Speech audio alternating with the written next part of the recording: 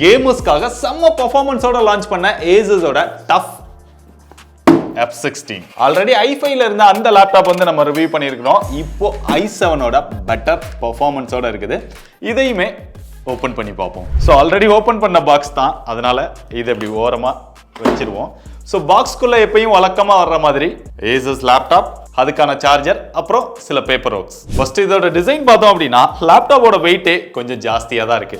ஏன்னா gaming laptop அப்படிங்கிறதுனால 2 kilo 200 gram வந்துடுது. அதனால எங்கேயாவது தூக்கிட்டு போகணும் அப்படின்னா கொஞ்சம் கஷ்டமா தான் இருக்கு. அப்படியே மேலே பார்த்தோம் அப்படின்னா ஓரளவு மேட் ஃபினிஷ் மாதிரி கொடுத்துருக்காங்க. பொதுவாக ASUSோட லேப்டாப் பெரும்பாலுமே அந்த ஃபிங்கர் பிரிண்ட் வந்து ரொம்ப அதிகமாக கேப்சர் பண்ணோம்.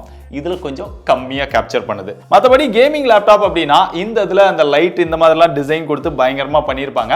பட் அந்த மாதிரி இல்லாம இது ஒரு நார்மல் லேப்டாப் மாதிரியே டிசைன் பண்ணிட்டு இந்த டஃப்போட லோகோ மட்டும் இந்த கார்னர்ல வச்சிருக்காங்க. ஸோ அதனால இது கேமிங் பர்பஸ்க்கு மட்டும் இல்லாம நீங்க ஏதாவது ஆஃபீஸ் பர்பஸ்க்கு இல்ல ஒரு ஸ்டூடெண்டா கொண்டு போறீங்க அப்படின்னாலுமே இது அந்த அளவுக்கு கேமிங் லேப்டாப் மாதிரி தெரியாது. மற்றபடி லேப்டாப்க்கு வழக்கமா கொடுக்குற அந்த 810H மிலிட்டரி கிரேட் சர்டிபிகேஷன் இதுக்குமே கொடுத்துருக்காங்க. லேப்டாப் ஓபன் பண்ணோம் அப்படின்னா மேக்ஸிமமா 180 டிகிரி வரைக்கும் போகுது. நல்ல விஷயம் தான். அதே மாதிரி சிங்கிள் ஃபிங்கர்லயே நம்ம நல்லாவே இதை ஆப்ரேட் பண்ணிக்க முடியுது.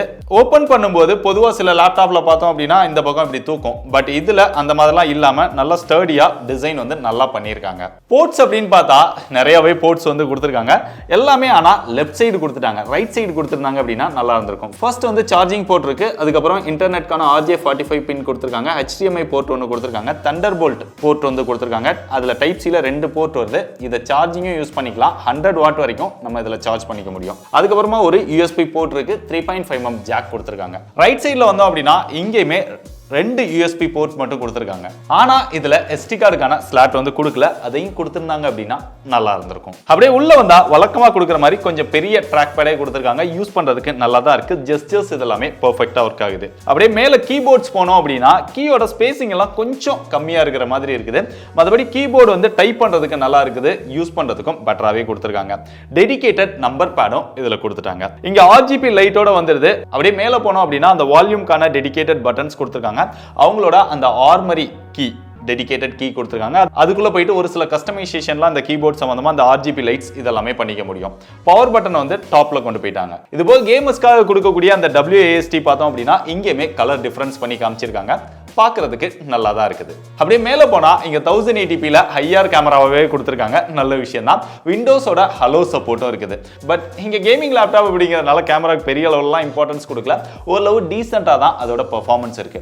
பொதுவாக லேப்டாப்பை பொறுத்தவரையிலும் நம்ம நிறைய வீடியோல சொல்றது என்னன்னா அந்த பிரைவேசி ஷட்டர் அது ரொம்ப ரொம்ப இம்பார்ட்டண்டா கொடுங்க. ஏன்னா நம்ம கேமராவை யார் அக்சஸ் பண்றா இல்ல நம்மள யாராவது பார்த்துட்டு இருக்காங்களா அப்படிங்கிறது நமக்கு தெரியாது அப்படிங்கிற ஒரு பயம் இருந்துட்டே இருக்கும். ஸோ அதுக்கு இந்த பிரைவேசி ஷட்டரும் இதுல கொடுத்துருந்தாங்க அப்படின்னா நல்லா இருந்திருக்கும். இதெல்லாம் ஒரு சின்ன சின்ன விஷயங்கள் தான். பட் அதெல்லாம் மிஸ் பண்ணியிருக்காங்க. அப்படியே உள்ள டிஸ்பிளேக்கு போனா இங்க 16 இன்ச்ல 2.5K டிஸ்பிளே கொடுத்திருக்காங்க. 165 Hz ரெஃப்ரெஷ் ரேட்டோட. டிஸ்பிளே நல்லா பார்க்கிறதுக்கு கலர்ஃபுல்லா ரிச்சா டீடைல்டா இருக்குது. மூவிஸ் இதெல்லாம் பார்க்கும்போது அந்த எக்ஸ்பீரியன்ஸ் இதெல்லாமே நல்லா இருக்குது. பிரைட்னஸ்மே 400 nits கொடுத்திருக்காங்க. இன்டோர்ல நல்ல பிரைட்டரான டிஸ்பிளேவாவே இருக்குது. அதே நேரம் நம்ம மூவிஸ் இதெல்லாம் பார்க்கும்போது அந்த சவுண்ட் எக்ஸ்பீரியன்ஸ் வந்து நல்ல கிறிஸ்பா இருக்குது. டீடைல்டா இருந்தாலுமே அந்த பேஸ் வந்து கம்மியா தான் இருக்குது. நீங்க மீட்டிங் இதெல்லாம் அட்டெண்ட் பண்றீங்க அப்படின்னா வால்யூம் வந்து இன்னும் கொஞ்சம் பெட்டரா இருந்திருக்கலாம் அப்படின்னு தான் தோணுது.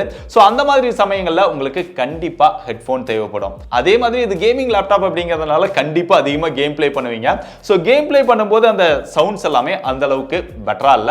சோ கண்டிப்பா உங்களுக்கு ஹெட்போன் எக்ஸ்ட்ராவா தேவைப்படும். மற்றபடி இந்த ஸ்பீக்கர் வந்து டால்பி அட்மாஸ் சர்டிஃபைட் தான். அப்படியே இதோட பெர்ஃபார்மன்ஸ்க்கு வந்தா 2.2 GHz ஸ்பீட்ல ரன் ஆகக்கூடிய i7 14th gen ப்ராசஸர் வந்து கொடுத்திருக்காங்க. சோ பெர்ஃபார்மன்ஸை பொறுத்தவரைக்கும் நல்லா தாறுமாறா தான் இருக்கு. அது காரணம் இதுல கொடுத்திருக்கிற GPU தான். RTX ஓட 5070 அப்படிங்கிற ஒரு GPU கொடுத்திருக்காங்க. ஒரு பெஸ்டான GPU கொடுத்திருக்கிறதுனால கேமிங் பெர்ஃபார்மன்ஸ் எல்லாம் நல்லா தாறுமாறா இருக்குது. நல்லா ஸ்மூத்தா ப்ளே பண்ணிக்க முடியுது. FPS எல்லாமே பெட்டரான ஒரு FPS நமக்கு கிடைக்குது. நம்ம மல்டிபிள் கேம்ஸ் எல்லாமே டெஸ்ட் பண்ணி பார்த்தோம். சோ எந்த ஒரு ஃப்ரேம் டிராப்போ லாகோ இல்லாம நல்லா ஸ்மூத்தா ஹையர் எண்ட் கேம்ஸ் எல்லாமே ப்ளே பண்ண முடியுது. இதோட பெர்ஃபார்மன்ஸ் ஸ்கோர் அப்படின்னு பார்த்தா Geekbenchல சிங்கிள் கோரோட ஸ்கோர் வந்து 2743, மல்டி கோரோட ஸ்கோர் வந்து 15906 வருது. GPU வந்து 1,30,000க்கு மேல வருது. அப்படியே PC Mark 10 ஓட ஸ்கோர் வந்து 6915, 3D Mark ஓட ஸ்கோர் வந்து 1842 வருது.